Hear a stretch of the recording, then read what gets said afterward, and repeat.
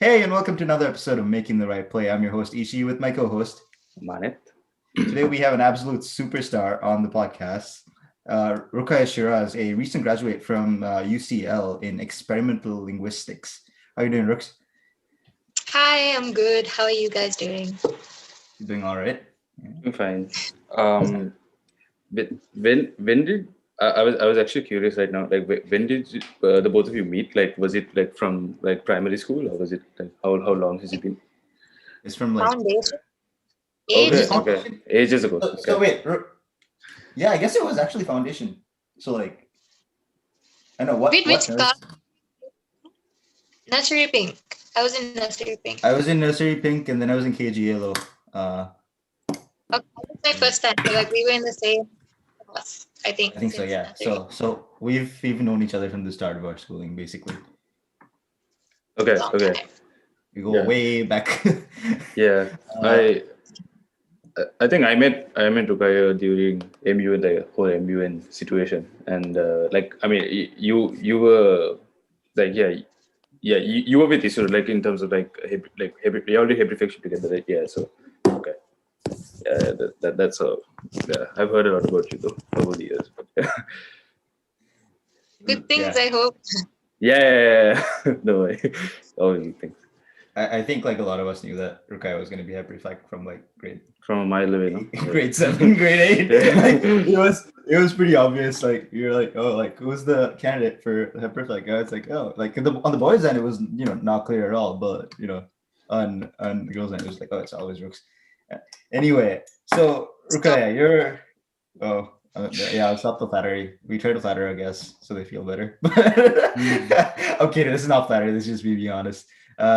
But anyway, so you did something called experimental linguistics, and I think I'm not even clear on what linguistics is really. So what is experimental linguistics, and like, could you like take us through, like give us the whole rundown on what that program was, and Yeah, sure. So basically, it's like a pathway of the linguistics degree. So you have the BA linguistics, and you have a pathway called the BSc in experimental linguistics, which is what I took. And it's more about, so basically linguistics is the scientific study of language. So you try to study language, but in a more concise, kind of like a structural scientific approach to language. So you study the core areas like syntax, which is grammar, then semantics and pragmatics, which is about meaning and implementation and interpretation, and then the phonetics and phonology, which is the sounds of the languages and sound patterns and stuff like that. But in experimental linguistics, you also study research methods. So a lot of psychology students would study the same things using software such as SPSS. Yep. And roughly we studied the same thing, except for the research method, where we would focus more on like psycholinguistics and neurolinguistics. So how language affects the brain and the cognition side. But I think mostly because it was what UCL's program was we were under the brain sciences faculty. So that's why we were very cognitive based. Interesting. Was that clear? Yeah. That makes sense. And I was kind of curious as to like what was the inspiration to kind of getting into linguistics, because personally from background that like we came from, it's something that's quite unique in terms of like a choice. So I was wondering like what kind of went on in your mind when you're choosing a program and whatnot, and why it made sense to you. I was so confused. I didn't know what I wanted to do with my life. I still kind of don't, but I have an idea. But I just wanted to do something that would combine my love for languages, artsy things, but also scientific things. Because I had spent way too much effort like studying all of those things, and I didn't want to like go down a particular route. Yeah. That was just like, oh, I'm just gonna study chemistry because I'm good at chemistry. But I wanted to like kind of combine everything. And since I'm like, my mother tongue is Memoni, right? Which is a very like minority language within a majority country. So I had to learn that. Then I had to learn Tamil and Sinhala also growing up, because obviously we live in Sri Lanka. And through like Memoni is very related to Hindi. So that is closely related to my mother tongue, watching Bollywood and stuff. So I speak that as well. So I think like from a small age, I've always been interested in languages, Okay. how they work, how children acquire languages, bilingualism and stuff like that. Yeah.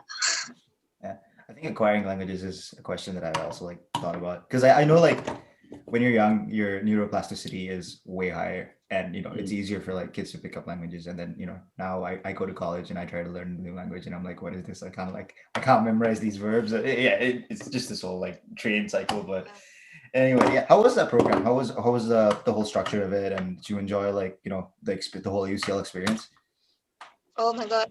I think I was very lucky in the sense of having picked linguistics and picked that department, because everyone in the department was so nice, so passionate about it. My professors were really chilled out, and you could talk to them about anything, like regardless of like languages or whatever. They tell, like my professor called Hans, he's Dutch, and he basically just was so excited about his new puppy, just like talking about random things like that, but also like linguistics related things as well. So it was really, I don't know, I really enjoyed that experience.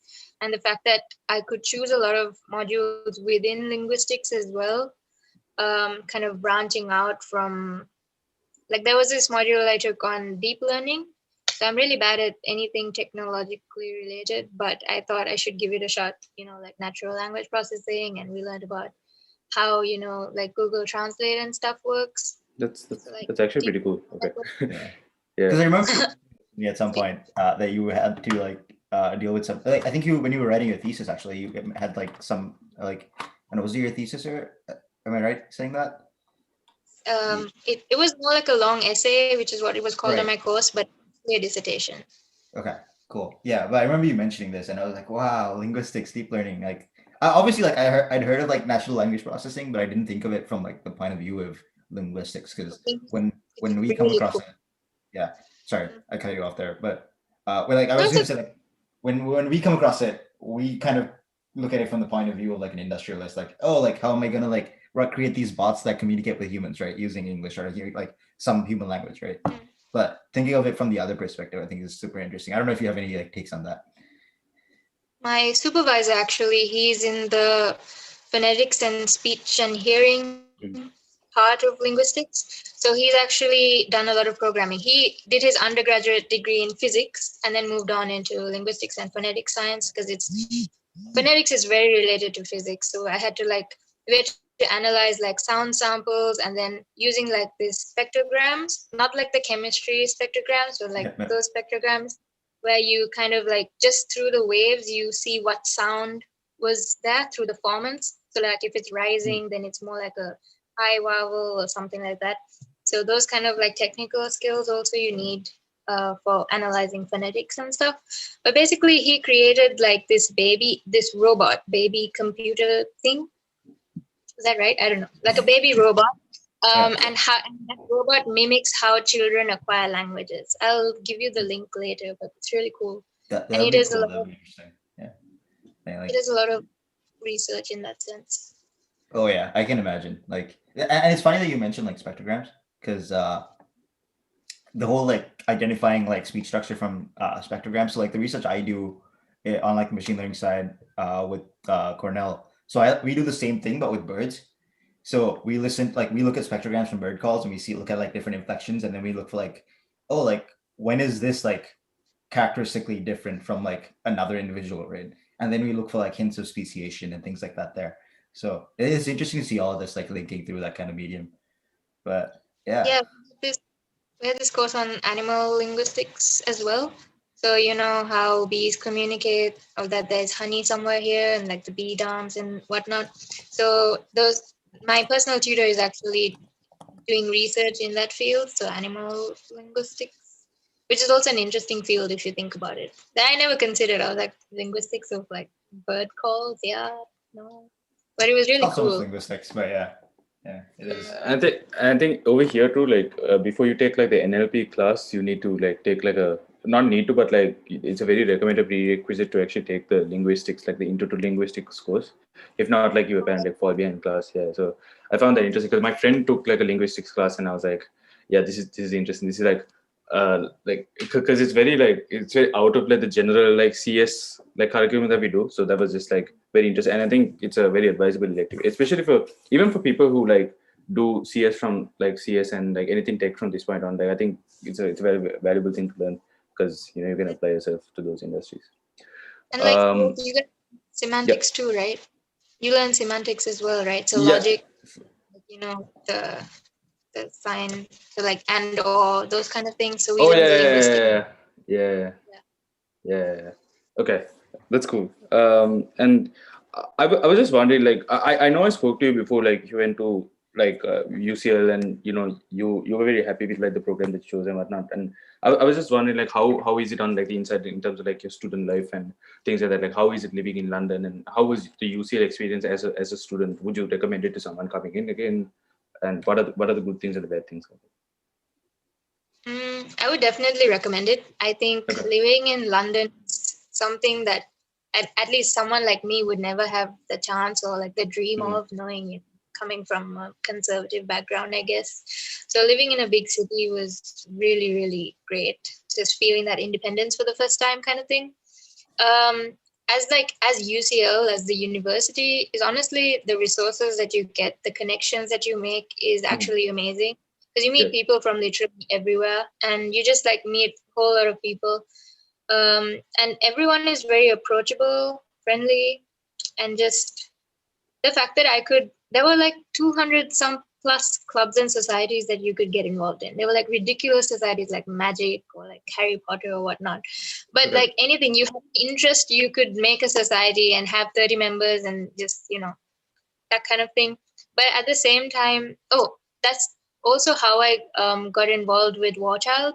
So I'm a youth advocate for Warchild. And that basically helps children affected by conflict. So I kind of like advocate for the rights of children in conflict zones. And I found that through the volunteering website on my university. So there's a UCL volunteering service. And then I applied for a position over there. And through that, I got to kind of give speeches at big events, meet different celebrities, and then talk to them about it. And they used their platform and like held mini concerts to kind of give out the message that there are children affected by conflict, and just because it's far away from the UK doesn't mean that it's not relevant, and how the UK government is actually involved in certain things like the Yemeni conflict as well. So asking the UK government to stop supplying arms to the Saudi government, stuff like that. So I guess like you work for like Warchild UK and Warchild Holland as well, right? So like how does that work? Yes. Like what's the distinction between those? So I'm not really sure, but they're two separate organs. In the sense, there's a Warchild Canada and Warchild USA as well. But Warchild UK and Warchild Holland work together. But it's mostly that they work in different countries. So the in-country programs for each Warchild Holland, Warchild UK is different. Warchild Holland works with Sri Lanka, and we have an in-country program in Sri Lanka. So I did an internship here. And the program is currently ending. So they kind of came in, I think, just after the war or just before the war ended. And they've been here for around 10 years now, 10 years plus. So the time has come to kind of like move away. And Warchild is mostly there physically where conflict is currently present. So Warchild UK works with Afghanistan, Uganda, Jordan, Iraq, Syria, Lebanon, those kind of countries, and Warchild Holland is more Sri Lanka and some of the other Middle Eastern countries. I don't really remember at the moment. But I got to go for like a mental health and psychosocial conference, and I got to meet like youth who had actually like refugees who are moving to the Netherlands from like Syria, Lebanon, Libya, so where there's conflict right now. And then we got to talk about, from the youth perspective, about how mental health and psychosocial support is one of those aspects in war that is very heavily ignored and something that is very important, especially even in Sri Lanka where topics like this are so taboo. So kind of, making sure that the government and like we recommended things to the Dutch government, the Dutch ministry in foreign affairs to kind of like put that forward to have mental health and psychosocial support and services available to youth affected by conflict. That's awesome. That's I've always seen like your work on like LinkedIn and Facebook, and I always admired. And the other thing I was interested in is like even recently, like I know you were doing some work in Sri Lanka, related to the like for people who are affected by the pandemic, and I just want to know like how that went through for you, and whether like whether you had like positive experiences and whatnot with the entire thing. Yes. So basically, it started off with kind of an anger that people forget that women are people too, and that periods are a thing, and that women bleed, and that conflict or a pandemic or nothing is going to stop us from bleeding, right? So then it got me thinking, okay, wait, some people, they can't. So my dad was doing dry ration distribution for like food and stuff. He was already doing that even while I was in London and in lockdown, so distributing food and rations and whatnot. But then I also thought, okay, like, yes, but what about, so those people can't afford food, right? But at the same time, how can they afford like sanitary products, which are so expensive and they're taxed, right? So it was just insane to me. Then I thought, okay, you know what? I'm going to do something about this. And if I do, then maybe more people will talk about it, and it'll spread awareness, and more people are, so many people even heard it. I was so shocked, like at the response that I got, that people were willing to engage in this. I got calls from like Minuangora, like Kandy, like Mawanella, like so many faraway places. And it just made me think like, wow, and also like all my friends abroad also donated money. Like even my friend from China, she was trying so hard. Like, I don't know how this works, but I'm going to do it. So it was very thankful that people kind of appreciated that cause. So what I did was I kind of like bought everything using the money, and then went with my dad and did the distributions in the lockdown areas. And then, so mostly like little girls or like women from the family came to kind of take those parcels, and also like men if the women weren't able to come out. Yeah. That's amazing. That's awesome. And I feel like, Sri Lanka is a country that's so far behind when it comes to like things like the sanitary tax, and just like understanding the needs of like the different needs of the gender minorities, and like women and the other gender minorities, and it's such an issue. And I think it's great that like people from our generation are taking initiative to kind of tackle that problem, because I don't see the generation who's supposed to be doing it right now like taking proper action. So it's about time that people like you stepped up to the plate, and that's awesome. And one more thing I wanted to ask you about is, you're one of the few people that I know from Sri Lanka that are actively considering a postgraduate education. Do you want to talk about that? And I know like you've been like fielding offers and stuff like that. And like what made you think about going into grad education? And graduate. Okay, so masters. I don't know. It was just, so basically, as soon as I did linguistics, I had no idea what I could even do with the degree. I was very confused, and everyone was like, "Oh, there are so many ways you can apply this," but there's nothing more like, like a concrete kind of path. But then while I was doing my degree, I kind of met this professor that my personal tutor recommended me to, and she kind of asked me to volunteer, like showed me this place to volunteer, charity that works with children with Down syndrome and autism and other kind of disorders, and doing speech therapy and occupational therapy for these kids. So every Saturday I would go to that center and volunteer with these kids and assist with their speech therapy.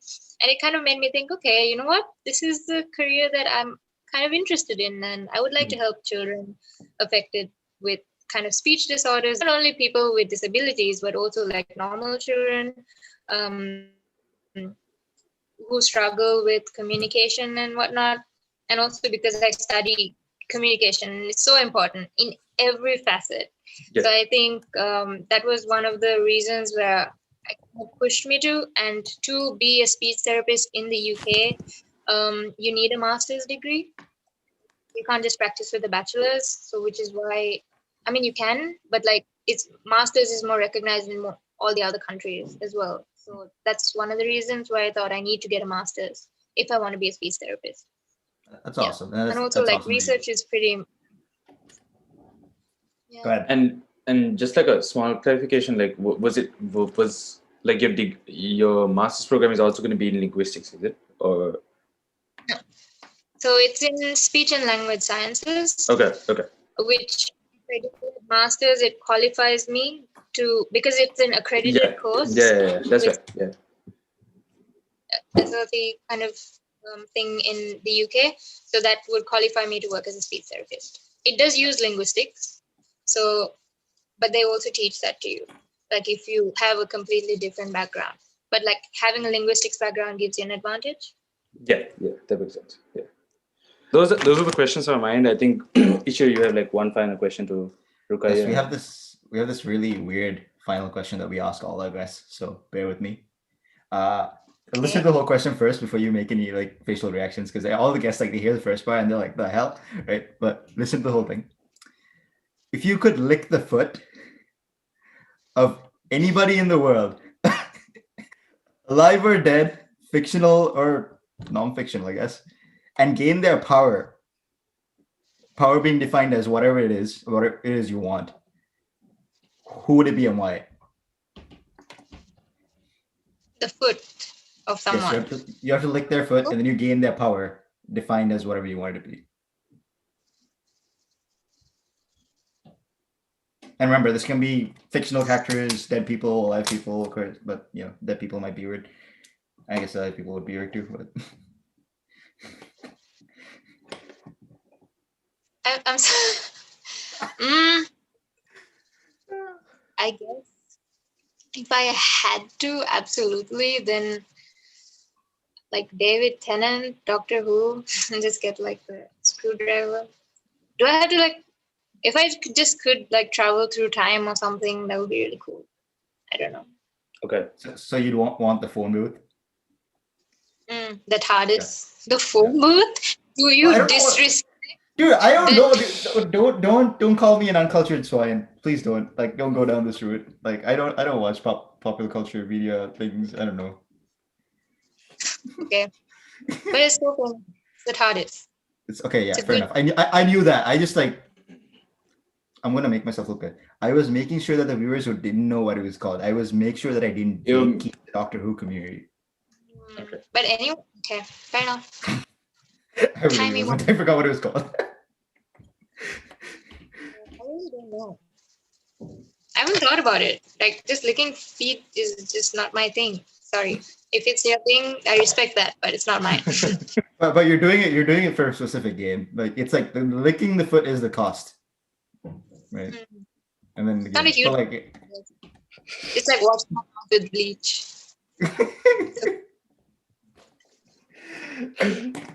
Cool. Anyway. All right. I think that's everything for this episode. Thank you for coming on, and it's been a great time talking to you, and that was a lot of fun. This is really fun. Yeah. Yep. Yeah. And I guess to the viewers who made it this far, thanks for watching this episode, and we'll see you on the next episode of Making the Right Play. And cut. Thanks for listening to another episode of Making the Right Play. You can find our podcast on iTunes, Spotify, Google Podcasts, and Anchor. If you enjoyed this episode, please consider subscribing to our YouTube channel, Content. This will keep you posted on new episodes, bonus content, and blooper reels. We hope you make the right play.